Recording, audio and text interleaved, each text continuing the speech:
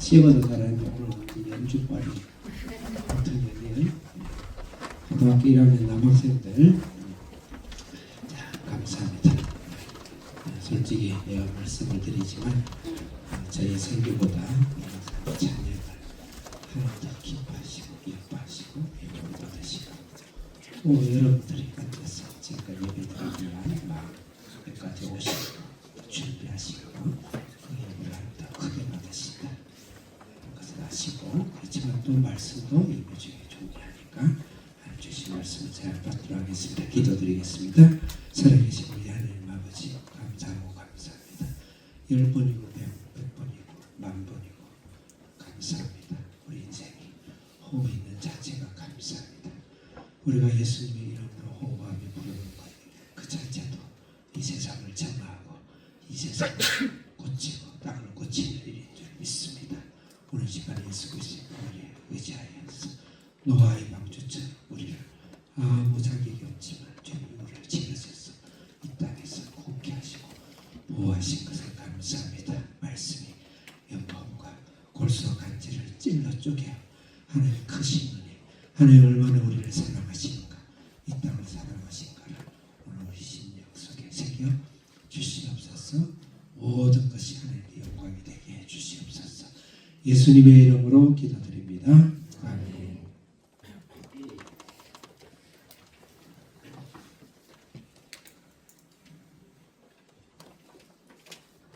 제가 눈이 조금 어두워서 성경을 이렇게 들고 봐야 될 것 같습니다. 오늘은 창세기 7장 방주에 제가 제목을 방주의 스승이 승선이다. 승선은 반대는 하선이겠죠. 그래서 8장은 하선입니다. 7장은 방주에 오르는 것이고 8장은 방주에 내리는 것이고 하나님이 그냥 의미 없이 7장 8장 주시지 않았겠죠. 그래서 하나님 말씀이 우리에게 또 하나님 말씀인지를 오늘 한 절부터 쭉 읽으면서 말씀을 묵상하고 적용하고 그래야겠습니다. 이 순서는 어쩌면 의외의 주제처럼 보일 수 있을 거예요. 단순히 우리가 구원받죠. 그런데 구원을 받는 그 씨를 보존한다 라는 의미, 그것을 신학적 용어로 계승이라 그래요. 씨가 누굴까요? 예수 그리스도 씨죠. 예수 그리스도 우리가 구원받는 것이 방주 맞아요. 방주의 영적 의미지만 그 이전에 구원케 하시는 예수 그리스도의 족보, 예수 그리스도가 이 땅에 오시는 씨로서 오시는 여자의 후손이 뱀의 머리를 받는다고 했죠. 창세기 3장 15절에 원시복음이라고 해요. 여자의 후손이라는 그 단어가 씨라는 단어입니다. 똑같은 단어예요. 오늘 7장에서 그걸 말씀하시는 거예요. 그래서 노아의 언약을 보존 언약이라 그래요. 어려운 이야기지만 또 알아야 될 일이라니까 언약 중에 보존 언약이다. 그래서 우리를 구원하기고 인류를 보존하기 위한 것도 있지만 특히 예수님은 없고 인류가 있으면 의미가 없죠. 예수 그리스도가 이 땅에 오시는 그 족보, 그것이 사탄은 끊임없이 예수님이 이 땅에 사람으로 오실 것을 방해하는 거예요. 영적 큰 전쟁들이 있었어요. 모세를 죽이기 위해서 이 2살 이하의 모든 씨를 다 죽인다든지 예수님이 오실 때 예수님을 죽이기 위해서 유대의 모든 2살 어린 남아를 다 죽인다든지 성경 군데 영적 엄청난 최고의 막 전쟁이 일어나는 것이죠. 어쩌면 노아 홍수도 그런 사건 중에 하나예요. 단순히 우리를 구원한다. 그 구원도 예수가 없어서 아무 의미 없어요. 그래서 씨를 보존하는 흐려버리는 하나 예수님이 인간의 몸으로 이 땅에 오지 못하게 하는 그런 의미도 큰 것이 있다. 그래서 씨를 보존하고 그것을 구원한다라는 그런 의미로 우리가 말씀을 우리가 오늘 전체를 가닥을 잡아볼 수가 있습니다. 여러분 나눠드린 설교를 보시면 이런 기준으로 제가 크게 세 구분을 했습니다. 1절부터 5절이고 그 다음에 6절부터 12절이고 13절부터 24절입니다. 그래서 1절부터 5절은 예수님이 씨로 오시고 우리를 그 가운데서 구원하신다는 내용이고 그 다음에 이제 6절에서 12절은 그 구원 이후의 방주 안에서의 40년의 광야 생활처럼 것 없죠. 깝깝하겠죠. 예. 보이지도 않죠. 또 내가 의도를 할 수 없잖아요. 그냥 가는 대로 가야 되잖아요. 그런 인생의 훈련이다. 이렇게 영적으로 적용할 수 있겠죠. 복받은 자가. 13절부터 24절은 방주 밖에 다 죽습니다. 생명, 호흡하는 생명 다 죽었다 그랬어요. 다 죽었어요. 목사님, 아니 하나님 잔인하실까요? 다 죽어야 됩니다. 쟤는 1.1획도 먼지 하나로 남아있으면 안 되죠. 다 죽어야 돼요. 다 죽어야 돼요. 그리고 방주 안에만 살아나요. 제사상 반드시 다 죽어야 돼요. 그럼 우리는 죽었나요? 우리도 예수 안에서 죽었죠. 그 예수님이 대신 죽으신 거예요. 그래서 방주에 다 죽었더라. 지면의 모든 호흡이 다 죽었더라. 다 죽었다. 제사상 사망입니다. 하나님은 먼지만한 죄 하나라도 같이 섞일 수가 없어요. 그래서 당신이 오신 거예요. 당신이 대신 죽고 인류를 창조물이 창조주가 피조물을 위해서 죽으신 거예요. 그래서 그 말씀으로 우리가 예수를 통해서 살아났다. 살아난다. 그 말씀으로 정리할 수 있습니다. 자, 6장 1절부터 중요한 단어가 이게 몇 가지가 나와요. 노아라는 단어라든지 방주라는 단어라든지 의로움이라든지 정결짐승이라든지 그 다음에 암수라는 이런 단어가 성경에 오늘 본문에 와서 가장 중요한 단어다. 그 단어를 중심으로 생각하면 금방 연결이 될 거예요. 창세기 1장 먼저 또 서론적으로 하나만 더 7장을 해석하기 위해서 반드시 1장부터 반드시 이해가 돼야 돼요. 연결이 돼야 돼요. 1장의 그 상충에는 우리가 7일 창조와 하나님을 쉬었더라. 그게 아니죠. 네. 마지막 안식은 예수님을 상징하는 거예요. 예수. 진정한 안식은 뭐죠? 안식의 주인이시고 수고하고 진진 자들아 내게로 와라. 내가 너희를 쉬게 하리라. 그 안식을 말하죠. 그 다음에 하나님께서 아주 심히 좋아하더라는 것은요. 빛과 어둠을 나눴을 때 빛이 있었죠. 심히 좋았죠. 빛과 어둠 같이 섞이면 안 돼요. 나뉘어야 돼요. 나뉘어야 됩니다. 그 다음에 물과 땅은 나뉘죠. 위에와 아래는 같이 나뉘죠. 예수님은 나는 위로부터 왔다 그래서 그런 의미예요. 나뉘죠. 네, 그 반드시 어둠, 낮과 밤은 나뉘어야 되죠. 네, 그걸 경계라 그래요. 경계라 그래요. 경계라. 죄와 의, 생명과 죽음, 하나님과 이 세상의 타락한 세상은 같이 섞일 수가 없어요. 오늘 하나님 나라라고 잘못 사람들이 오해해가지고 예수님이 오셨으니까 세상에 하는 일이 세상 바깥에 나가서 사역 구호에 직하는 일이 무조건 하나님이라 해가지고 신학이 자유신학을 하는데 그 취지는 좋으나 목적이 잘못되어 있죠. 아닙니다. 그러면은 빛과 어둠이 영원히 나뉘어야 되냐? 빛이 어둠을 뚫고 들어가서 그 어둠을 고치고 빛으로 만들어야 돼요. 그 예수님 오신 거죠. 예, 오신 것이죠. 위의 것이 아래 것을 점령을 해야 되죠. 예, 낮이 밤을 점령해야 되죠. 그래서 예수님이 내가 있을 때 낮이라고 그랬거든요. 밤이 오기 전에 낮이다 그랬어요. 그래서 창세기 전체는 그렇다는 경계와 계승이다. 2장은 그 에덴 동산, 하나님 빛 대신 에덴 동산이 하나님 말씀이고 이야기하려면 길어서 3장은 그 경계를 무너뜨리는 것이죠. 경계를 무너뜨리는 선악과와 무화과가 있죠. 죄송해요. 선악과와 생명나무가 있죠. 그 두 가지가 섞이면 안 돼요. 근데 선악과를 따먹는 것이죠. 경계가 무너지는 거죠. 그 다음에 에덴으로부터 축출되죠. 4장, 5장이 중요한데 4장은 그것에 대해서 가인이 아벨을 죽이고 가인에서 에덴 동산이 아닌 사람에서 인류의 최초의 성이 그 나중에 바벨론이 되는 거예요. 그래서 가인의 성을 만들고 가인의 후예들이 하나님을 떠나서 인간의 목적과 인간의 재미와 인간의 쾌락과 인간이 하나님 되기 위해서 성을 쌓기 시작해요. 그 다음에 5장은 뭐냐면 그 반대로 가인의 후예 아니 아담의 후예로 아벨을 줬는데 가인이 아벨을 죽이죠. 그 대신 셋을 줘요. 그러면서 거기서 에녹이 나오고 지금 현재 7장, 6장에 나오는 노아가 나옵니다. 하나님의 나라죠. 그런데 6장에서 그 두 개가 또 섞여요. 하나님의 아들들과 하나님의 딸들이 혼인을 하고 서로 섞이더라 이 말이죠. 다시 말해서 그 말은 세상의 문화를 만들고 세상으로 타락하고 죄 가운데 사는 가인과 족보와 그 다음에 셋과 아벨을 통해서 구원받은 예수 그리스도 교회가 세상이야.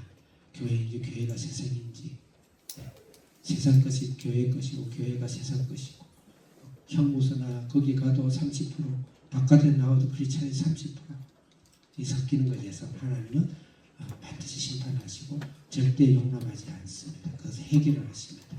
그래서 6장에서 그 두 개가 섞임으로써 하나님이 물심판, 홍수심판으로 이 세상을 다 이제 심판하시죠. 그럼 심판이 끝나는가? 그 중에 노아를 해서 방주를 띄우는 거죠. 그 방주 안에 오늘 지금 들어가는 거예요. 그래서 새 술은 새 부대에 담듯이 그래서 교회가 때로 세상이 볼 때는 편파적이고 편협적이고 독선적으로 보이는지 모르지만 죄와 사망으로 생각하세요. 하나님은 절대 먼지 많은 죄라도 예수님이 죽으시고 우리를 하셨으니까 그냥 죄는 적당히 봐주는 겁니다. 그렇지 않습니다. 아무리 예수님이 하나님의 아들이라도 만약 예수님이 우리 죄를 완전히 속죄하지 않고 조금이라도 남겨놨다면 하나님이 절대 우리하고 관계할 수가 없어요. 그 말은 역설적으로 뭘까요? 예수님은 나의 과거와 미래와 현재 모든 죄를 한 번에 단번에 다 사해 주셨습니다. 믿습니까? 안 믿어도 믿으세요. 믿습니까? 이걸 끊임없이 사탄이 신학적인 이런 공격을 해요. 심지어 성경을 가르치는 자들도 이걸 공격해요. 그럼 다 단호합니다. 다시 말하겠습니다. 하나님은 먼지 많은 죄 하나 있어도 아무리 예수님을 10명 보내도 하나님 용서하지 않습니다. 이 말은 내가 예수님이 그렇다는 게 아니에요. 하나님이 죄에 대해서 예수님은 마찬가지죠. 죄에 대해서는 먼지 많은 죄가 있으나 태평양만한 죄가 있으나 하나님은 죄는 똑같아요. 절대 같이 있을 수 없는 거예요. 그 말은 예수님이 우리 죄를 과거의 죄와 현재의 죄와 미래의 죄를 단번에 다 씻지 않았으면 하나님은 죄를 우리를 구원할 수가 없고 우리는 하나님 앞에 갈 수가 없는 거예요.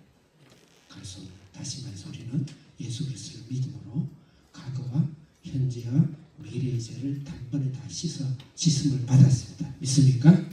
씻음을 받았습니다. 믿습니까? 그래서 우리 관계는 하나님의 영원한 자녀가 됐어요. 그럼 지금 짓는 죄는 뭔가? 그는 교제의 죄. 한 번 낳은 자녀가 DNA가 바뀌나요? 영원히 바뀌지 않아요. 그렇지만 엄마하고 아빠하고 영원한 교제가 끊길 수도 있죠. 또 관계가 서먹서먹할 수도 있죠. 그죠? 그럼 관계, 그 교제라는 거죠. 교제가 서먹서먹할 수 있죠. 그 교제를 주님 앞에서 성숙하게, 우리 착한 아들, 우리 착한 딸, 우리 좋은 부모님, 우리 인격적인 부모님 하면서 부모는 자녀를 사랑하고 자녀는 부모를 공경하고 하는 깊은 부부관계도 마찬가지죠. 그런 교제의 풍성한 그 관계에 있어서 우리가 그걸 자범죄라고 해요. 자범죄. 그 죄를 우리 날마다 고백하면서 하나님과 성숙한 교제, 성숙하게 엄마 아빠의 좋은 아들 딸, 또 아들 딸에게 참 인격적이고 훌륭한 엄마 아빠로 가는 그런 교제의 죄. 물론 하나님은 훌륭한 걸 연습할 필요 없죠. 우리가 그렇다 이 말입니다. 그래서 제가 왜 이야기하냐면 그것을 요새 이제 우리 개혁 신학에서는 한분권의 영혼권이라는 것에 그걸 계속 내려 까고 치고 하는 그 마음은 이해해요. 신앙을 구원을 받았는데 너무 형편없이 세상 사람이나 죄송합니다 표현을 진짜 개떡같이 하거든요. 그게 안타까워서 그것만이 아니다.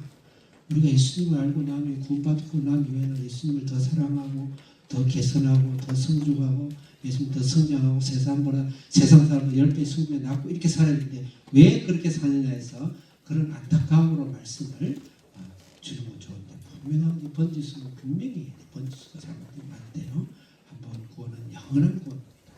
영원한 예수님이 죽으심이 그렇게 시시한 게 아니에요. 영원한 죽음, 영원한 사자. 그렇지만 우리가 주님 앞에서 풍성한 관계에서 풍성한 삶, 예수를 믿고도 세상에서 좌절과 혼란과 패배와 신음과 죽음과 슬픔 속에 똑같이 산다는 거죠. 90% 크리스찬들이. 90% 크리스찬. 그렇지만 예수님을 영접했으면 그건 구원받을 거예요. 자기 노력을 쓸 때 구원받을 수 없어요. 그렇지만 주님과의 관계는 하늘과 땅 차이가 날 수 있어요. 교제는. 그 말을 이야기하는 건데 제가 방주 이야기하기 전에 미리 전체적으로 한번 말씀을 드립니다. 자, 1절 크게 읽겠습니다. 자, 우리 학생들 크게 읽어줘야 우리 성도님들도 하나님께 기뻐하시겠죠. 7장 1절씩 크게 시작.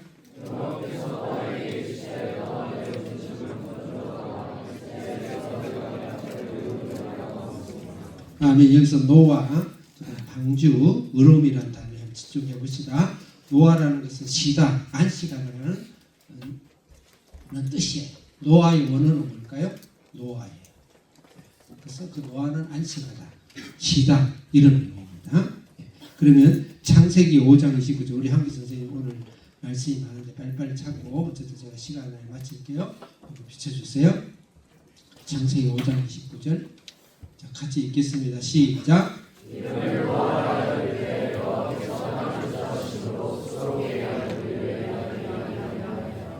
여러분들이 참 성경을 직접 찾아야 되는데 수고로움을 더 읽기 위해서 내가 여기 이걸 찾아서 여러분들이 베푸는 거예요. 크게 읽어주시기 바랍니다. 마태복음 11장 28절 크게 읽겠습니다. 시작. 시기한다 앞에 또 쉰다라는 단어죠. 그 다음에 마태복음 12장 8절 말씀 같이 크게 읽겠습니다. 시작. 네, 여기서 노아라는 것 자체가 노아가 5장, 6장, 7장, 8장의 4장에 걸쳐서 노아 이야기 나기 굉장히 중요한 거죠. 그 노아의 이름도 굉장히 의미가 있는 것이 안식일이죠. 안식. 그 노아는 뭐예요? 어쩌면 예수님의 예표죠. 제2의 실패한 아담에서 제2의 아담 같다. 그래서 많은 학자들은 제2의 창조다 이렇게 표현할 정도로 그런 의미지. 그렇게 또 너무 표현하면 안 돼요. 직접적인 단어를. 그만큼 그 노아 자체가 안식이다. 예수님은 나는 안식의 주인이다. 그렇죠. 그 안식이라는 것은 바로 예수님이라는 단어로 대입을 해야 해석이 되는 것이죠. 그래서 예수님께서 우리의 안식, 노아가 우리가 잃어버린 안식, 죄로부터 우리가 강탈당하고 탈취된 안식을 예수님께서 노아를 통해서 오실 것이다. 주실 것이다. 그런 의미로 찾아볼 수 있습니다. 그 다음에 방주라는 단어를 보겠습니다. 여러분들 그 설교를 한번 보세요. 방주라는 단어는 원어가 테마입니다. 테마인데 방주는 의미는 배라는 의미가 아니고 정확한 원어적인 의미는 테마. 이것은 상자란 말이에요. 상자. 궤. 우리 뭐 쉽게 말하면 촌스럽게 궤자. 사과 궤자. 뭐 이러죠. 궤자. 궤. 나무를 짠 트리를 말하는 것이죠. 그런 의미예요.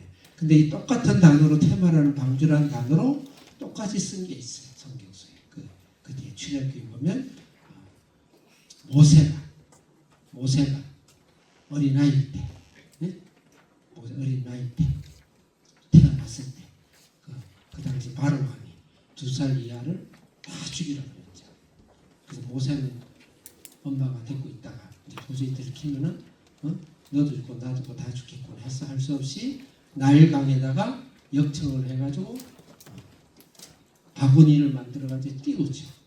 그런데 그 당시 그 당대 애국의 왕의 계승자가 아마 아들이 없었는지 모르겠어요. 역사적으로 계승자가 공주였었어요. 공주가 그걸 보고 성령이 감동이 와서 예수를 믿었다는 거 아니에요. 성령이 감동이 와서 너무 천사같이 아름다운 애가 오는 걸 보고 그건 당연히 죽여야 되는데 그건 아버지의 명령인데 데려다 키우죠. 그 상자하고 노아하고 같은 단어예요.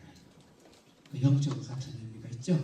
그러면 모세의 영적 의미가 노아의 영적 의미가 되겠죠. 그래서 신명기 모세를 어떻게 표현하면 모세는 물에서 건짐을 받았다는 뜻입니다. 물에서 건져냈다. 구원이죠. 물에서 건져냈다. 구원의 의미죠. 그러면 신명기 8장 15절을 같이 모세에 대한 설명을 같이 읽겠습니다. 시작. 선생님 시작.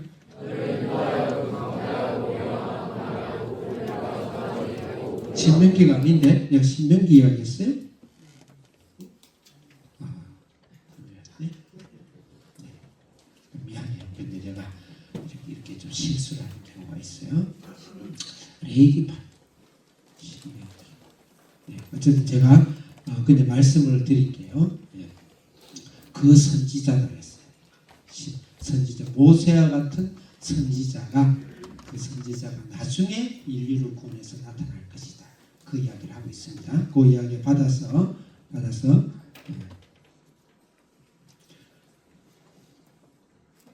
한기 선생님 어려움 넘어가지 마시고 요한복음 6장 14절 읽겠습니다. 시작.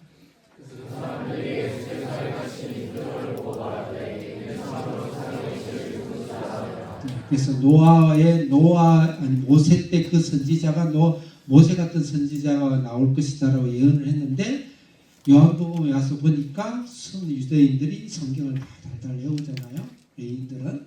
그러니까 그 선지자, 그 모세 같은 선지자가 오겠다는 그 선지자 아니냐 그렇게 표현하고 있습니다. 이것은 노아하고도 관계가 있고 모세하고도 관계가 있죠.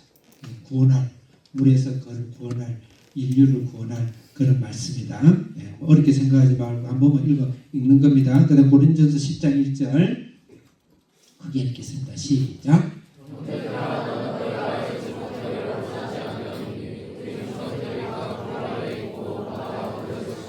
그런가 바다를 건너서 우리를 구원한다.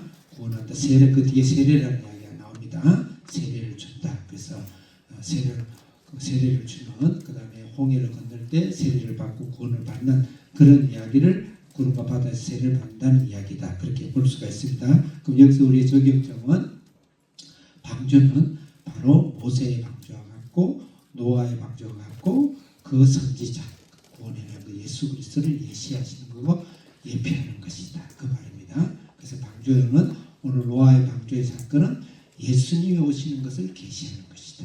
예수님이 우리를 구원하기 위해서 오시는 것이 바로 계시다. 그 다음에 그 방주는 뭐냐면 그 예수님을 모시고 있는 구원의 방주, 교회, 신앙의 공동체다. 이렇게 볼 수가 있겠습니다. 그 다음에 의로움이라는 거, 그것을 통해서 우리에게 어떤 의미가 있는가, 의로움이라는 단어를 보겠습니다. 자, 우리 7장 지금 7장 1절에 보면 마지막에 의로움이라는 단어가 있죠. 창세기 6장 9절에서 노아를 어떻게 설명하는가 읽어보겠습니다. 시작.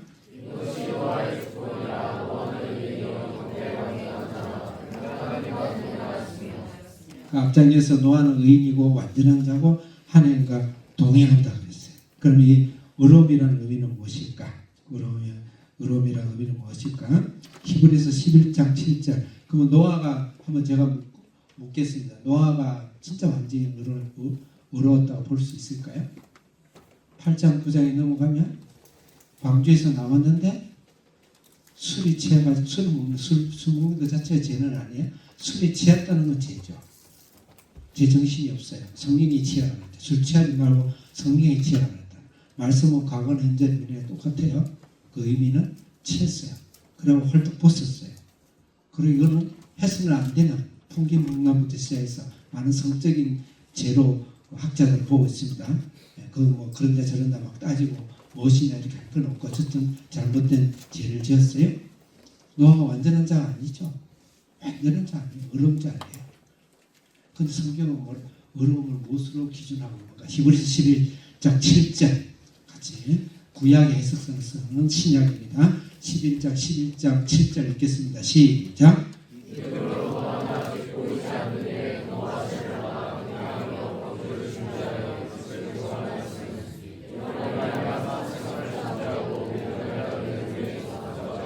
네, 믿음으로 보이지 않는 일을 말씀을 따라 했고 믿음으로 의의 상속자가 됐다. 지금 어렵다 그랬죠? 믿음으로 됐다. 이 말은 뭡니까? 오실 예수 그리스도의 메시아, 오실 예수 그리스도의 피 묻은 나를 대신해 죽으심으로 나의 죄가 사함 받는 것을 믿음으로, 영성으로 연결 하나님의 말씀에서 받은 것이죠. 그래서 예수 그리스도를 믿음으로 이루어진 것이지 자기의 의로운 행동으로 의로움을 받은 건 아니에요. 그런 인간은 아무도 없습니다. 에녹하면 우리는 얼마나 거룩하게 했으면 죽음을 맛보지 않고 천국을 갔겠느냐. 똑같이 11장 5절에 에녹도 믿음으로 무릎을 받았다 그랬어요. 반드시 믿으셔야 돼요. 믿으십니까? 이 세상은 구원받을 만한 의로운 자는 없다. 믿으십니까? 이 세상은 구원받지 못할 만큼 죄인은 없다. 믿으십니까? 예수 그리스도. 그걸 보죠. 노아는 그걸 보죠. 그 노아는 뭐냐? 죄가 많지만 부족하지만 자기 죄를 자복하고 예수 그리스도를 십자가를 붙들므로 구원을 받았다. 오실 메시아를 믿었다. 그것으로 의로워진 것이에요. 그래서 의로움에 대해서 착각하시면 안 돼요. 그 다음에 여기서 의로움에 대해서는 중요한 문맥이 있어요. 중요한 문맥이 있습니다. 4장에 에녹의 사람, 5장에 아벨, 그 다음 셋, 하나님의 사람, 세상과 교회 요새 말합니다. 그 두 개가 혼합이 돼서 하나님이 한탄하고 하나님을 후회했다 그랬어요. 근데 노아는 그 길을 가지 않았다 그거예요. 죄가 많고 때는 실수도 많고 하지만 하나님을 사랑하고 교회를 사랑하고 하나님의 말씀을 내가 절반은 못 지키지만 하나님께 죄송한 마음으로 고개를 들지 못하더라도 하나님 교회를 사랑하고 신앙을 사랑하고 이 세상 살아가는 목적이 주님 영원한 천국과 주님을 사랑하는 것이 동기가 되고 그게 불이 되고 그게 안타까움이 되고 신음이 되고 눈물이 되고 기도가 되어져서 살아가는 그런 자라는 노아가 하나님은 온데간데 없고 교회는 다니는데 다 집어던지고 아무 생각 없고 그냥 뇌에다가 어디 앞에 맞은 것처럼 세상에 나가면 예수님 예자도 생각이 안 나고 말씀 말자도 생각이 안 나고 그냥 그렇게 살고 그러고 막 그게 좋은 게 좋고 말씀보다 세상의 사상과 세상의 유행과 세상의 가르침과 세상의 도덕과 세상의 교훈과 이런 것이 세상의 지식과 이런 게 그게 필요 없다는 게 아니에요. 그것을 예수 그리스도를 위해서 사용하고 목적을 해야 되는데 거기에 푹 빠져가지고 살아가는 인생. 노아는 세속 그런 인생이 아니다. 그런 자를 복음의 전도자. 노아는 전도자예요. 전도자라고 꼭 선교사나 목사라 선택받은 게 아니고 내 삶에서 삶의 목적이 하나님 나라를 위해 나의 영생을 위해 살아가는 그게 전도자죠. 전도자. 그래서 우리도 노아 같은 전도자로 그런 인생을 실수도 많고 또 하나님의 말씀도 절반도 못 지키고 금방 교회 돌아서는데 까먹고 그렇게 하더라도 하나님 사랑해요. 죄송해요. 내가 여러분 우리 자녀들 부모님 좋을 때 좋은데 부모님 집에 가면 많이 싸워요. 안 싸워요? 내가 안 봐도 많이 싸워요. 부모님도 예쁘긴 예쁜데 한 일주일 시달리면 나한테 전화가 와요. 좀 빨리 좀 데리고 가라고. 미워서 그런 게 아니지. 미워서 그런 게 아니야. 내가 무슨 이야기는 모르겠네. 취소합시다. 자, 그럼 이제 2절 읽겠습니다. 시작.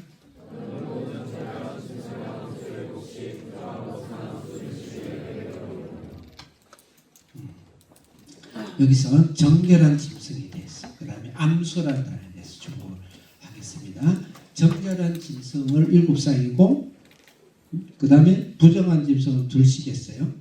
그 다음에 뭐 숫자에 대해서 먼저 생각하지 말고 정결한 짐승과 부정한 짐승. 이게 무슨 의미가 있을까? 아니 새롭게 세상을 시작하는데 부정한 짐승은 안 싫으면 좋을 것 같아. 싫죠. 그죠?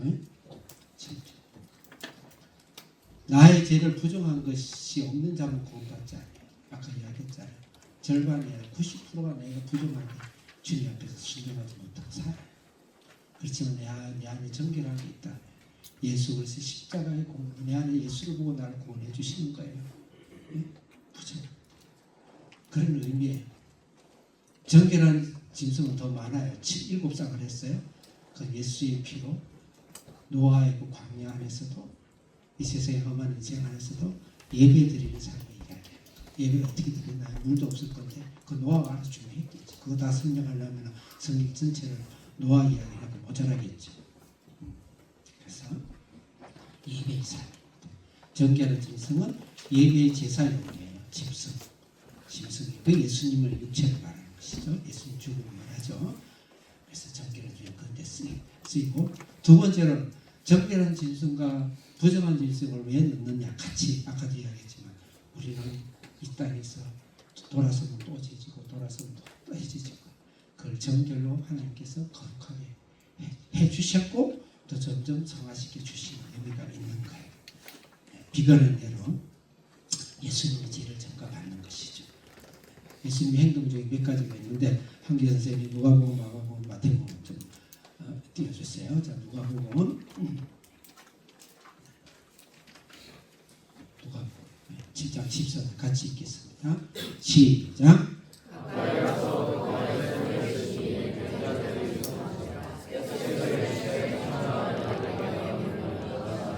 이것은 나인성 가고 세상에 더 이상 불행하고 외롭고 비참해 줄 수 없는 여인 나인성 가고 성 밖에서 성 안에서 들어올 수 없고 근데 자기의 마지막 희망이고 소망이고 사랑이고 인생의 아들이 죽었어. 슬피 성 밖으로 나갔어. 초라하게 아들을 땅으로 묻고 가는데 예수님 직접 찾아가. 보통 말씀을 고치죠. 일어나라 그러죠. 가서 직접 그 관에다 손을 대. 그 관에다 손을 대면 레위기 11장, 12장, 13장, 14장 정결법에 의하면 예루살렘 들어가면 안 돼. 들어갈 수 없습니다. 일주일을 모여 재개하고 그 다음에 제사장이 모여가지고 제사장들이 회개하고 그리고 성문으로 들어갈 수 있어요. 하면 안 되는 거였어요. 그 관을 댄다는 것 자체가 엄청난 계명이에요. 그래서 그걸 무릅쓰고 예수님 그 관에다 손을 대죠. 정결이 부정에게 손을 댄 거예요. 예수님의 사랑과 생명이 우리 속에 들어가시죠. 한 절 더 읽겠습니다. 그 다음 말씀 동일한 행동들 보세요. 마가복음 5장 28, 29, 28절 시작.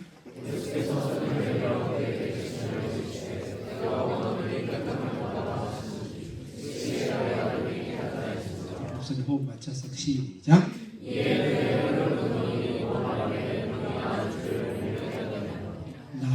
저기 혈병 한 여자예요.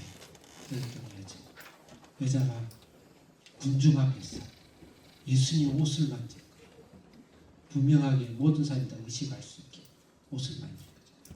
혈병이라는 것은 레위기서 11장 14절까지 절대 부정하게 지금해서 그 만자리가 앉아 그 사람 같은 밥그릇만 쓰고 숟가락만 쓰고 그 집에 문지만 봐도 일주일간 바깥에 있어야 돼.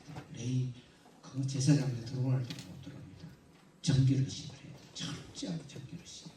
예수님이 자기 옷을 만져가 했는데 오히려 그 여자를 낫게 하시죠.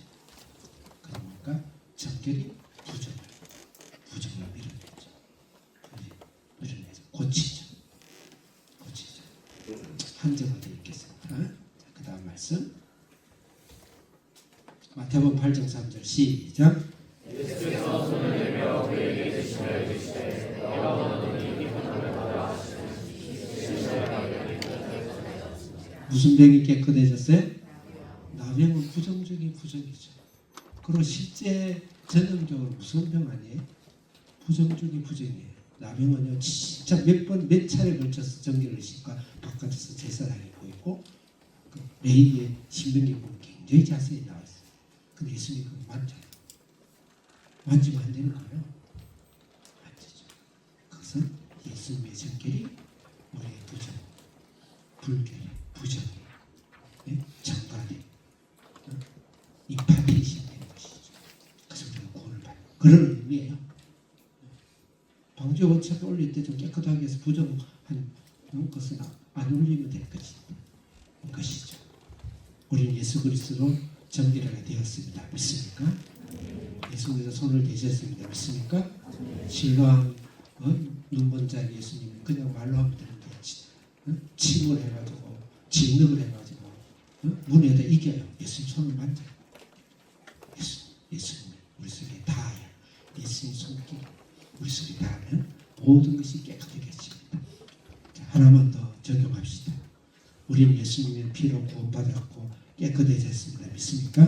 네. 우리가 이 땅에 살아가면서 아무것도 한 일이 없었더라.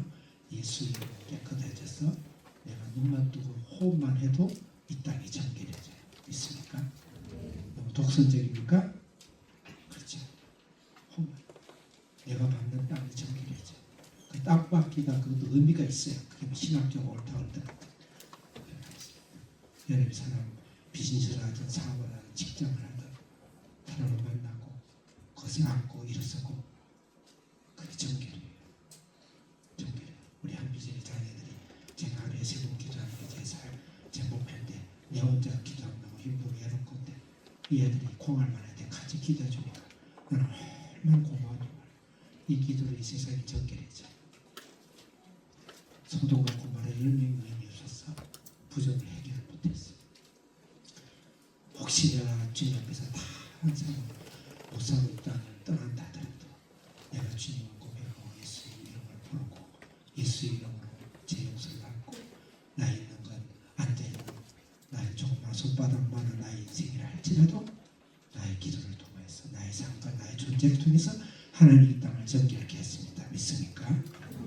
반드시 믿으셔야 돼요. 내가 가진 거 아무것도 없어도 돼. 우리 양이 없고 바구니에 아무것도 없어도 돼. 주님이 나를 사랑하시는 딸도 왜? 주님 내 속에 있으니까. 그게 바로 정결의 의미다. 예. 제가 어쨌든 12시 반에는 마치도록 노력할게요. 우리 학생들 벌써 한숨이 나지. 언제 여기 다 가난가.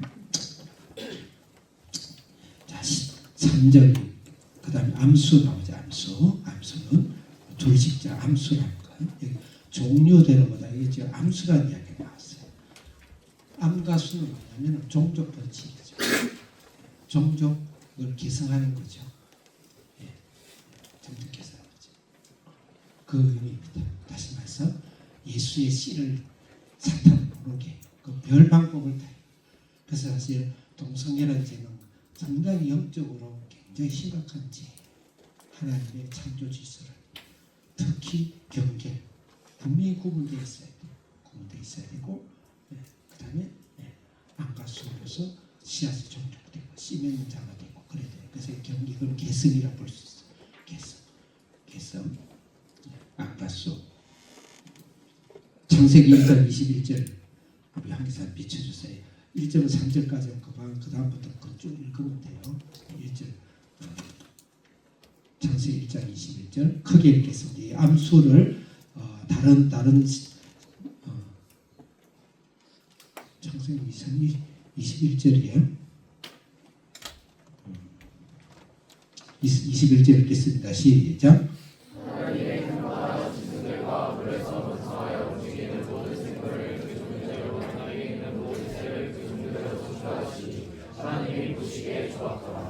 예, 잠깐만요.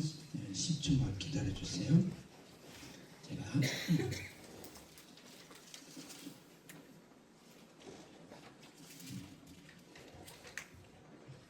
제가 말씀을 잘못 적었어요. 1장 29절 읽겠습니다. 29절 읽을 테니까 들으세요. 하나님이 가라사대 내가 온 지면에 씨 맺는 모든 채소와 씨 가진 열매 맺는 모든 나무를 너에게 주노니.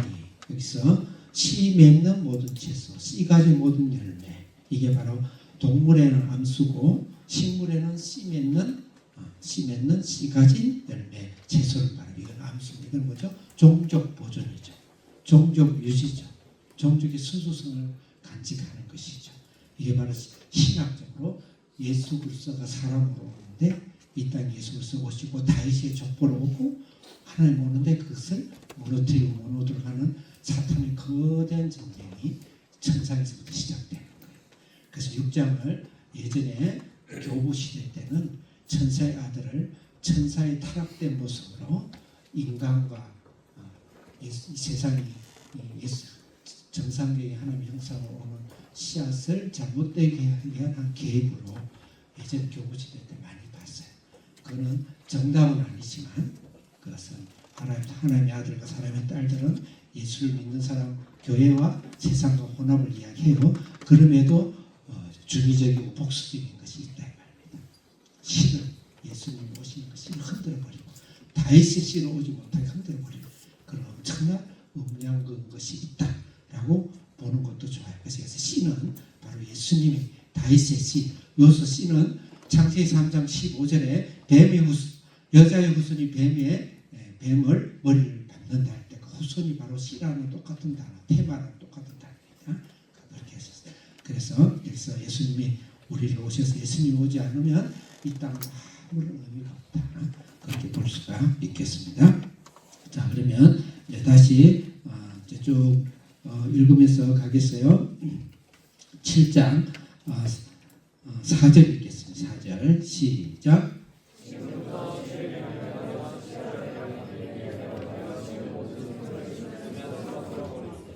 어떻게 해버린다고요? 예? 네, 참 성경 말씀이 되게 가격하죠. 그 죄에 대해서는 전부 부사죠. 전부 완전 쓸어버리는. 죄는 하나님 앞에서 머리카락이라도 먼지 하나도 나오면 안 돼요. 하나님 있을 수가 없어요. 그러니까 예수님께 창조주가 죽는 수밖에 없어요. 많은 분들이 생각해요. 아이고, 이 인류를 위해서 예수님 하나 죽는다고 뭐 대수냐. 제가 자주 묻지만 제가 물을게요. 인간은 피조물입니다. 믿습니까? 예수님은 창조자입니다. 믿습니까? 피조물이 1,000억이든 만억이든지 그게 중요하나요? 창조주가 중요하나요? 피조물이 1,000억, 2,000억, 만억이 중요해요? 그럼 창조주가 중요해요. 창조주가 중요하죠. 창조주가 피조물에서 죽었다니까. 그래서 우리의 죄는 1,000억이든 만억이든 얼마든지 사함도 가능한 거예요. 그렇지만 우리는 일반 피조물하고 다르고 하나님의 형상으로 하나님의 자녀로 만든 피조물인 거죠. 그래서 반드시 인간은 반드시 전제해야 될 게 피조물이다. 내 것이 하나도 없다. 근데 나를 하나님의 등급으로 하나님 자녀 등급으로 모이신 하나님 사랑이다. 그렇게 생각해야 됩니다. 자, 7장 이제 5절 읽겠습니다. 몇 절이죠? 몇 절 읽을 거죠? 예? 5절 시작. 네, 이제 6절부터 쭉 읽겠습니다. 6절 시작. 노아가 600세인데 여기 한 군데 창세기 5장 27절 한 장 넘겨보세요. 한 장, 두 장, 5장 27절 한 개서 좀 띄워주세요. 읽겠습니다. 시작. 그는 누구냐면은 무두셀라입니다. 무두셀라가 969세에 죽었어요. 969세에 죽었고 그 969세에 죽을 때 노아가 오늘 600세예요. 무두셀라는 거의 할아버지입니다. 600세입니다. 600세면 무두셀라가 죽을 그 뜻은 뭐인가? 그가 죽으면 심판이 온다. 그게 무두셀라의 뜻이에요. 그 하나님 계획이죠. 그 노아 600년 때는 무두셀라가 죽는 969년에 계산을 복잡하니까 그 믿으세요. 학자들의 계산이니까 죽었어요. 그것은 심판이 온다. 심판이 온다. 그래서 우리가 반드시 개인적인 심판이 있어요. 안 죽을 분 손 들어보세요. 우리 학생들 이때는 뭐냐 정서적으로 안 죽을 것 같아. 그치? 빨리 꿈을 깨야 돼. 우리도 죽는다? 그럼 아이고 목사님도 희망을 갖고 살아야지. 죽는다는 거 비관적으로 살느냐.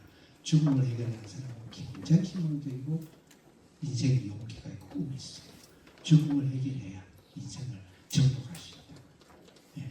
그래서 굉장히 난세의 영웅이 나온다 말이에요. 그 말이에요. 그러니까 나쁘게 생각하지 말고 마치 영웅 모든 시간이 꺼져 원하는 것도 허랑방탕하다 그런 인생이 끝나는 거예요. 그러니까 반드시 죽음을 무사하지 말고 죽음을 정복하고 그런 인생을 살아야 되는데 인생 반드시 개인 종말이 있어요. 그리고 우주도 반드시 종말이 있어요. 그리고 우리 신앙은 종말 없는 신앙을 살아야 돼요. 어렵다. 신앙에 성공하고 싶고 인생을 성공하고 싶으시면 종말 없는 신앙을 살아야 돼요. 한 인생은 내 개인의 삶을 살더라도 내 인생에는 반드시 끝이 있다는 걸 생각하고 항상 하나님 앞에서 깨어서 사는 삶을 살아야 되겠다. 7절 읽겠습니다. 시작. 다시 7절 본문 시작. 8절 크게 시작. 9절 시작. 정결과 부정의 짐승은 그것은 예수님이 제사 지내는 삶, 우리가 예배드리는 삶, 그런 삶을 예수님의 보혈을 찬양하는 삶을 살자. 10절 읽겠습니다. 시작. 8절, 11절 시작.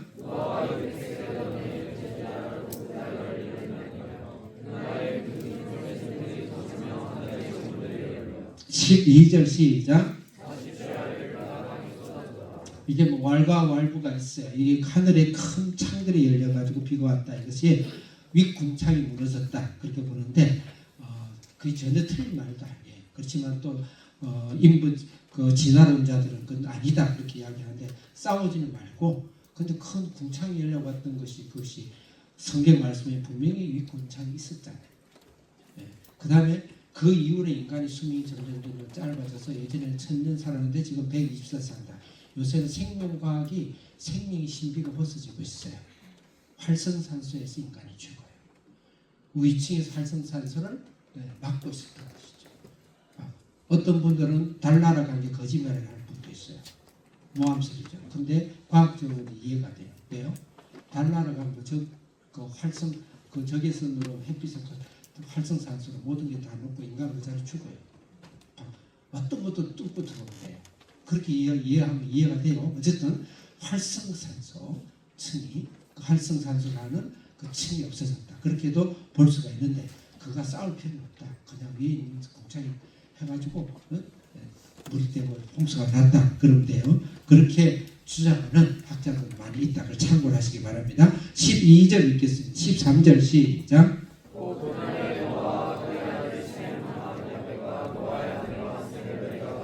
14절 시작.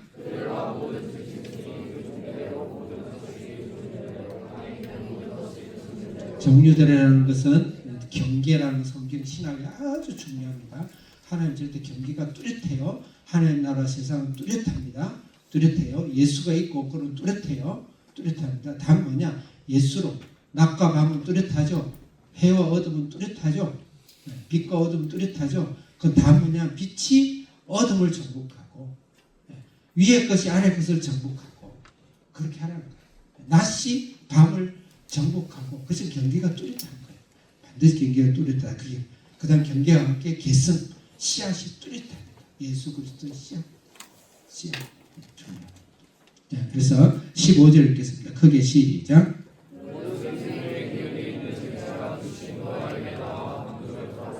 한 목소리로 16절 시작.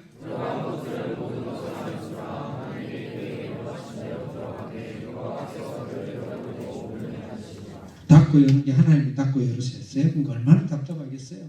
그리고 들어가는데 일주일이나 있다가 더 비가 오기 시작했어요. 그리고 그 당시는 비라는 것을 본 적도 없고 상상도 못해. 그때 비가 없었어요. 이해하시죠? 우리는 너무 당연하죠. 그때는 비가 없을 거예요.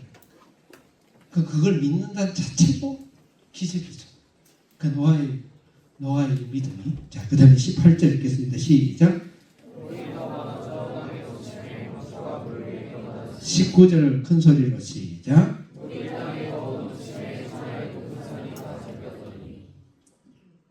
20절 시작.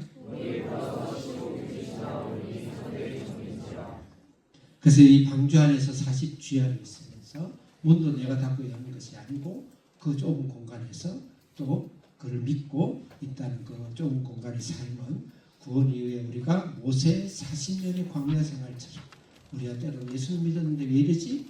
예수님 믿는데 왜 빨리 이게 안 오지? 왜 빨리 변화가 안 되지? 하는 많은 것들은 우리 자아를 깨고 애고를 깨고 믿음을 훈련하기 위한 그런 연단의 기간이다. 이 땅에서 그렇게 우리가 볼 수가 있겠습니다. 이제 물 밖으로 나오는데 21절 시작. 다시 21절 시작.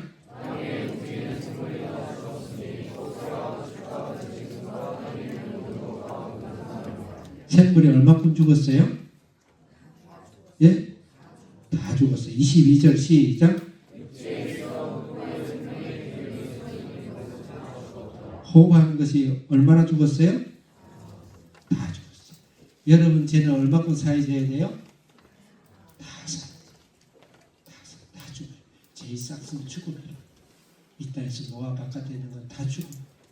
우리는 반드시 죽어요. 그 예수님이 대신 죽으신 거, 다 죽으신 거였어요.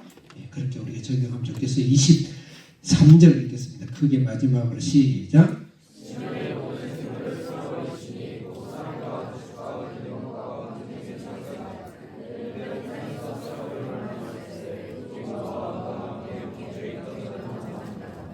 적용하겠습니다. 예수님 우리 죄를 위해서 내가 다 죽어야 돼요. 예수님 우리 죄를 위해 다 죽으시고, 그리고 이 인류의 모든 자들을 위해서 예수님 대신 죽으심으로 오늘도 인류의 모든 죄를 사해 주기 위해서 오늘도 우리를 부르고 계시다. 그리고 우리가 이 땅에서 예수님과 노아 방주 안에 부정과 정결하는 것을 다 같이 넣듯이 예수님의 정결이 그 정결에 같이 이렇게 만나는 마다 한 공간에 있는 자마다 정결을 받아들이는 자마다 하나님 예수 그리스도의 거룩함이 이루어지고, 우리는 거룩한 우리가 이 땅에 살아가는 동안 이 땅에 살아가는 사명과 미션과 살아가는 이유가 나는 왜 이리 살아갈까? 나이가 들면 들수록 인생을 한탄해요.